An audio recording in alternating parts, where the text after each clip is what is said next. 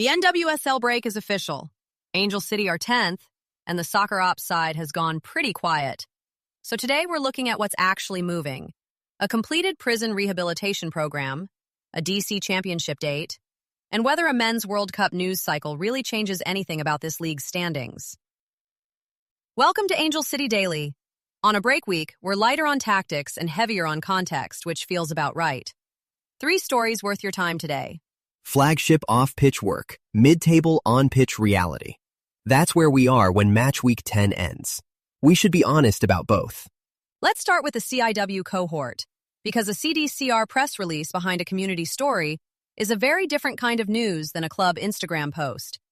This one's from California Department of Corrections and Rehabilitation. What you need to know. California Department of Corrections and Rehabilitation, CDCR, the Twinning Project, and Angel City Football Club, ACFC, completed its second of 2 cohorts of a leadership soccer program at the California Institution for Women, CIW.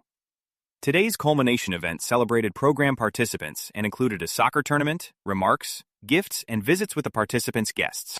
The CDCR press release is out today on the second cohort wrapping at CIW, and that institutional cosign matters. This isn't Angel City posting a recap on Instagram.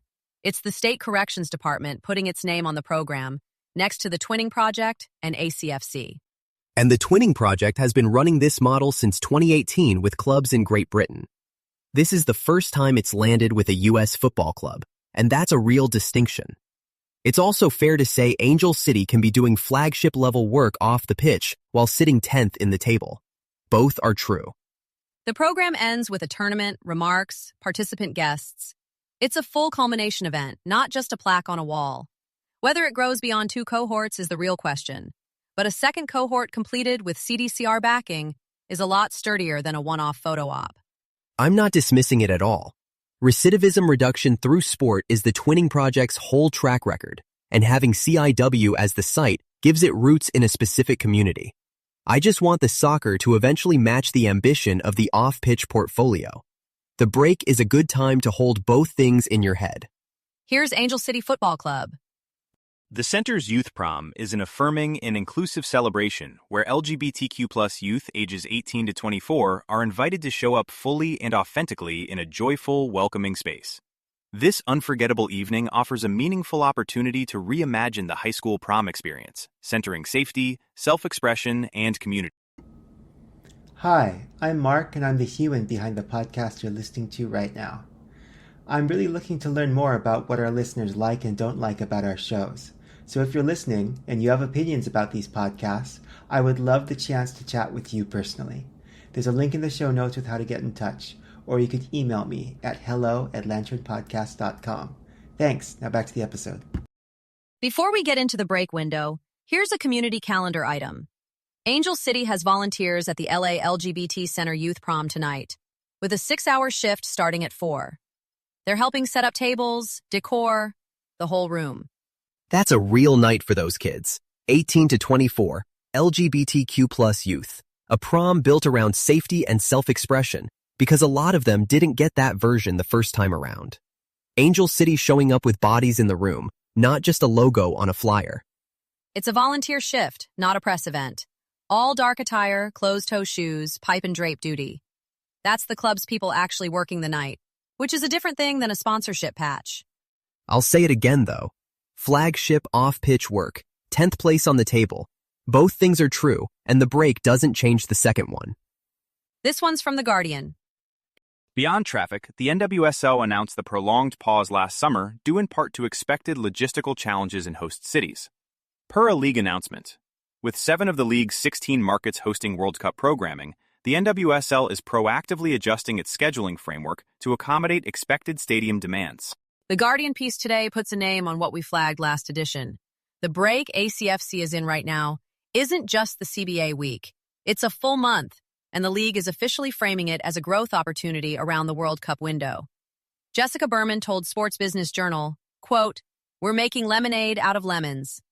10 of 27 match weeks in, with 7 league markets hosting World Cup programming. That's the frame. Here's my issue. Portland has 23 points. Angel City has 9. The lemonade stand is open, and ACFC is going into the break in 10th place. The growth narrative doesn't reshuffle the table when play resumes. That gap is real, but the break also gives us a reset marker on the calendar. 17 matches left after this, and the championship site is already locked in at Audi Field in D.C. The endpoint is there. Whether Angel City closes that 14-point gap to relevance by October is the actual question this pause forces. Tierna Davidson joked it's at least going to affect traffic. Honestly, at this point, I'd take traffic problems. That means people are showing up for something in this city. All for the 11, with Anamita Jain. The 2026 NWSL Championship game will take place at Audi Field, the home of the Washington Spirit, on Saturday, November 21st. This marks the first time that the final match will be on the East Coast since 2022, when it was also hosted by Audi Field. Championship site is confirmed. Audi Field, November 21st, Washington, D.C. It's the first time the final has landed on the East Coast since Portland lifted the trophy there in 2022. The trophy has an address. Angel City is in 10th. Those two facts don't need much analysis. They just need to be said out loud. Portland won that 2022 final at Audi Field with 23 points through 9 matches this season. ACFC has 9. That's the gap the break is sitting on top of. Washington Spirit have sold out 3 home games already this year, and they're hosting the final, so the league picked a city that's actually showing up. Now let's see if the soccer side of this club figures out how to be in that conversation by October. Got thoughts on today's episode? A story idea? Or a correction we should know about? Send us a note anytime at angelcitydailyfancast@lanternpodcasts.com. We really do read what you send. If you want to dig deeper into anything we covered today, you'll find links to every story in the show notes. Take a look when you have a minute and follow the threads that caught your attention. That's Angel City Daily Podcast for this Wednesday. This is a Lantern Podcast.